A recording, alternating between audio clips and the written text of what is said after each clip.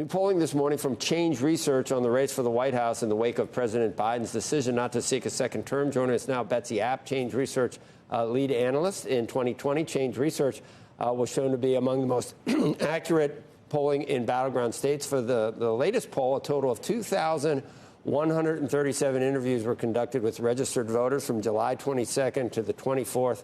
The modeled margin of error is 2.4%. And here are some of the results. If the election were held today, who would you vote for?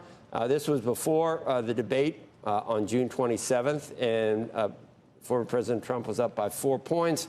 A month later, in the 2024 election were held today, who would you vote for? Harris, 44, and Trump, 43. And that's not totally different than what we've seen, Betsy. I'm looking at the RCP results from today. And confirming, or at least similar to yours, was the Reuters Ipsos, which had Vice President Harris up 2.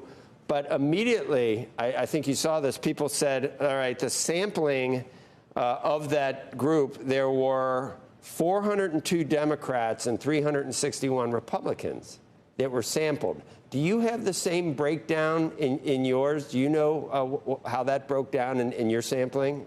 How many Republicans versus how many Democrats? That's a great question. And we don't really know what the electorate will look like in November. It's one thing that's really reshaping right now in the wake of Biden's announcement that he's withdrawing from the presidential race. And so we're trying to model what we think that electorate will look like. We're seeing increased motivation among some key groups of voters. In fact, 44% of the registered voters that we interviewed are saying that they're more motivated to vote in the wake of Biden's withdrawal and Harris's near certain nomination. So I think all of us pollsters are doing our best to predict what that likely electorate will I was just asking whether you knew of this poll that you just told us about, where Vice President Harris was up by 1. Do you know the political affiliation of the sample that you use? Here's the reason I ask. If you look at the RCP average today, the CNN, the average is Trump up 1.7%.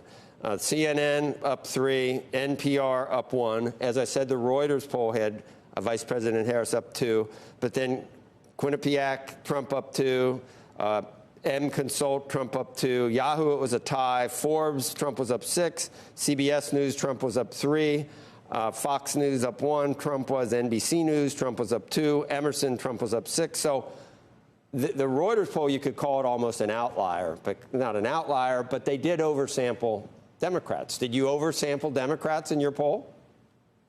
We did not oversample Democrats, no. So, and I think one thing that's really important to wait on.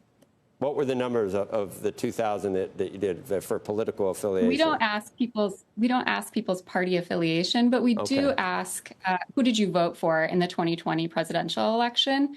What we're finding is that is a key variable in addition to other demographic characteristics, geographic characteristics that help us then understand who the likely voters will be. Yeah, definitely. I think you'll see similarities across all the polls. Yeah. The enthusiasm is matched now. That was a problem with Biden, and it's definitely Trump voters were much more enthusiastic, but now maybe even on Democrats, they may even exceed the enthusiasm. Well, I was just going to say, when you ask them what they voted 4 years ago, then you try and match it up for even number of Biden and Trump supporters from 4 years ago? That's exactly right. Yeah. So Biden won nationally by roughly 4 points. That's what we're seeing in our polls. I'm sure that's what the other pollsters are seeing as well. How often do you take these measurements, and how often do they change? I guess I'm looking for a VIX measure, a volatility measure, as we would say, for the stock market. Sure. Yeah, we're measuring all the time. Rarely do we see shifts of this magnitude. In fact, it's exciting to see, frankly, as a pollster who's been measuring this race that has been largely stagnant January through up until the June debate. Yeah. Do you there was an interesting, I think I saw it I read so much, but Buttigieg is still the favorite of the core Democrats, right? And although Mark Kelly is getting a lot of attention as well. What do you think finally happens there? Do you have poll numbers on what should happen, Betsy? We do. Well, we do. I think there are a lot of considerations that go into selecting a running mate. Among voters are excited. 23% say that they're excited about the possibility of Transportation Secretary Pete Buttigieg being Kamala Harris's running mate. But not too far behind is U.S. Senator from Arizona, Mark Kelly, with 20%. I will say that Mark Kelly's support among voters is more regionally specific. It's more driven by voters in the Southwest, voters in Arizona. Yeah, I'm trying to. There's a lot that goes into it, right? You don't necessarily want to take a popular senator away from a state necessarily, or a governor.